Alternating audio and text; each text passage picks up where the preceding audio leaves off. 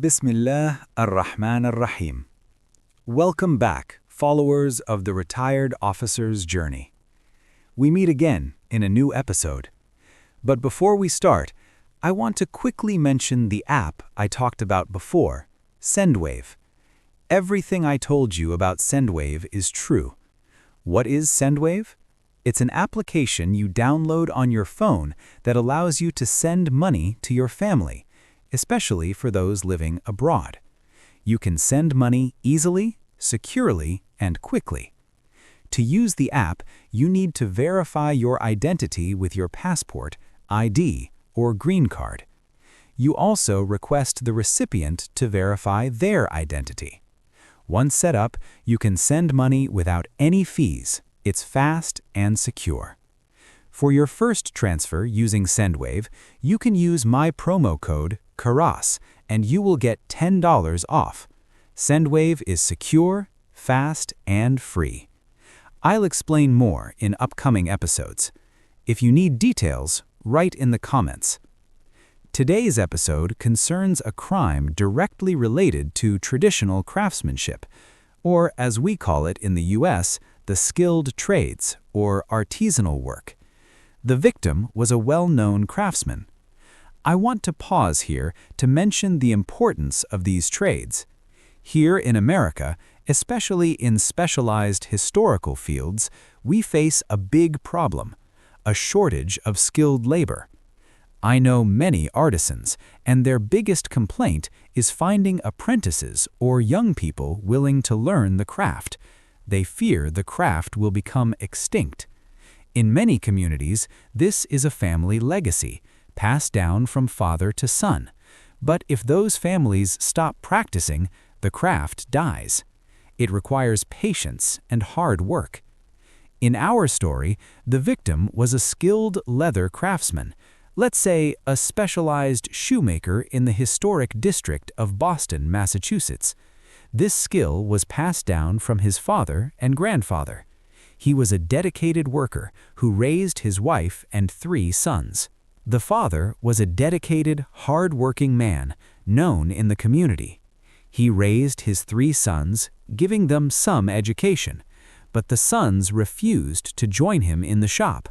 Unlike the old days when sons eventually returned to their father's trade, these young men wanted their own path. The father, tired of arguing, decided to give each of the 3 sons a lump sum of seed money, capital, to start their own ventures, within the same field. He told them, "Go work for yourselves. You don't want to sit on the floor and work with your hands? Fine. I gave you the capital. Go buy wholesale leather goods and sell them in other cities, or buy tools and resell them. You know this world. You grew up in it." He gave them a significant amount of his savings and wished them luck. 2 of the sons were successful. They invested their capital wisely, built their small businesses, and would come back to visit their father, proud of their achievements. They would even leave their profits and savings with their father for safekeeping, treating him like a bank. Things were going well for them. But the 3rd son failed. He wasted his capital. He would dabble in different ventures, but his mind was elsewhere. He was dreaming of emigrating to Europe. He spent time traveling to border towns looking for illegal routes, constantly looking for money. He would repeatedly come to his father, demanding more money. "I met a guy who can get me across for $2,000. The father refused. "I gave your brothers money, and they built businesses. You wasted yours. I cannot just give you more." The son became abusive, starting to smoke and use drugs and harassing the family. His brothers would give him money out of pity, and his mother would secretly collect small amounts to help him. This is a problem you see in many families. One child works hard and succeeds, and the other becomes a burden, often leading to resentment and conflict. The situation worsened. When a son is idle, cold-spirited, and constantly roaming, it's a recipe for disaster. This son wasn't just unemployed, he was lazy, always indoors or out smoking marijuana, neglecting his appearance. He spent the money he got from his father on drugs and trips to the border, staying in cheap hotels for a month or two until the money ran out. Then he would return home to harass his family, demanding more. One day, the father was sitting in his shop, quietly counting a significant amount of cash, money from sales he needed to deposit. The son walked in and sat beside him. The son said, "Hey, throw me some money." The father replied, "No, this is not my money. This is for the business. I gave your capital and you wasted it." The son put his hand directly on the money pile. The father yelled, and a physical struggle erupted between them. Luckily, his two older brothers were nearby and rushed in. They pulled them apart, but the father was visibly shaken, yelling, "He pushed me. He threw me down." The son had physically attacked his own father. If his brothers hadn't intervened, the situation could have been fatal, as the son was clearly desperate enough to take all the money and potentially harm his father seriously. This act was the final straw.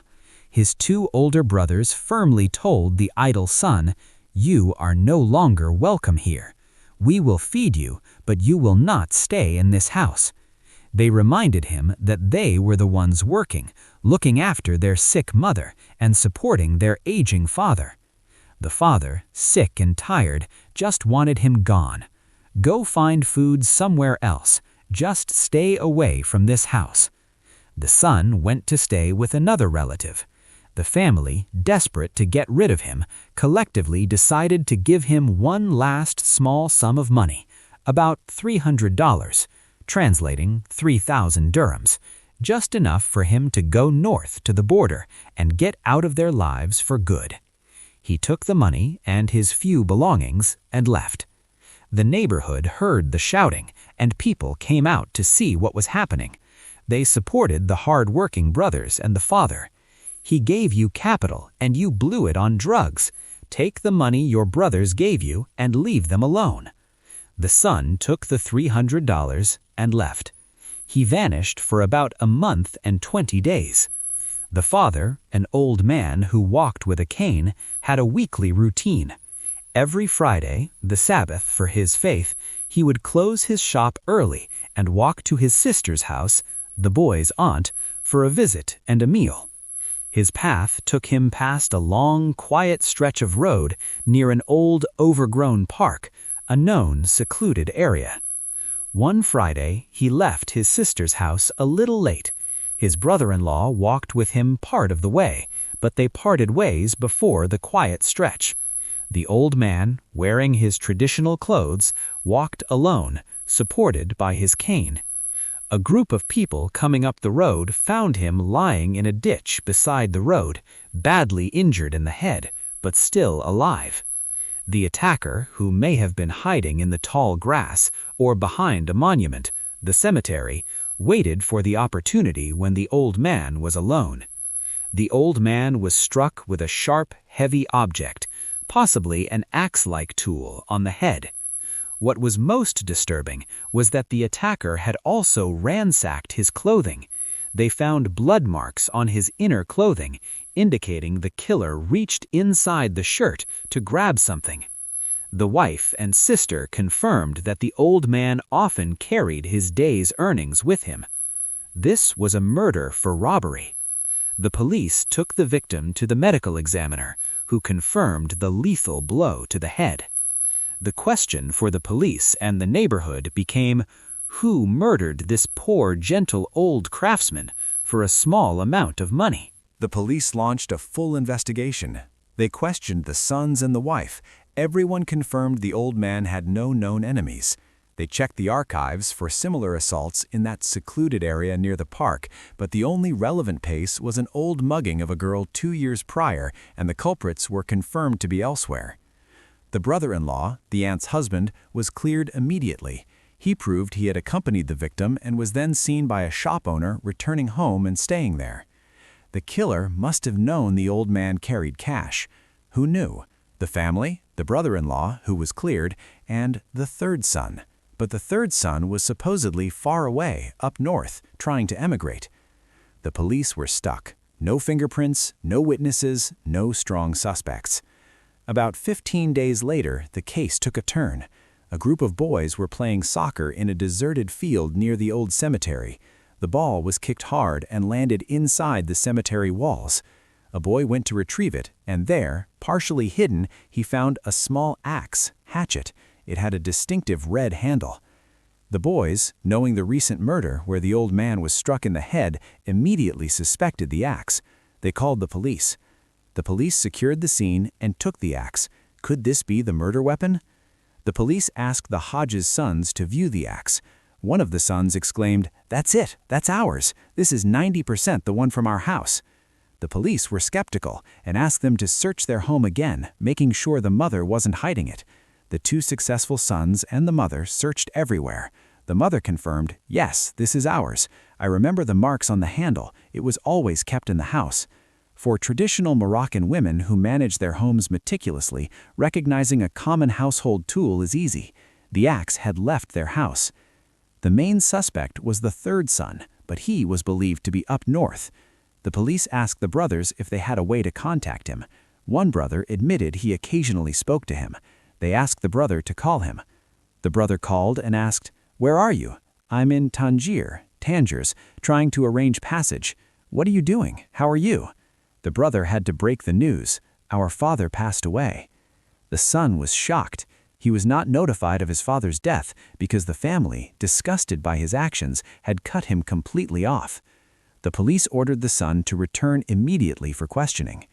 The son appeared for questioning. He claimed he was in Tangier the entire time, working odd jobs in the trades, ironically the trade he refused to learn from his father, and staying with friends.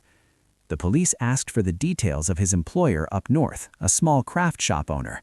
The police contacted the owner, who confirmed, "Yes, he works for me and I give him a place to sleep, but he sometimes leaves for days. I cannot confirm if he was here on the exact day of the murder." The son's alibi was weak. He was in desperate need of cash. The murder weapon was traced directly to his former home. The police kept the son in town, questioning him repeatedly, trying to find holes in his story and verify his contacts up north. They sent officers to follow up on his claims in Tangier. One night, around 3 a.m., the son, who was sleeping in his late father's room, began to scream. He was shouting, "Take me to the police! Take me to the police! I'm going to kill myself! Take me to the police now!"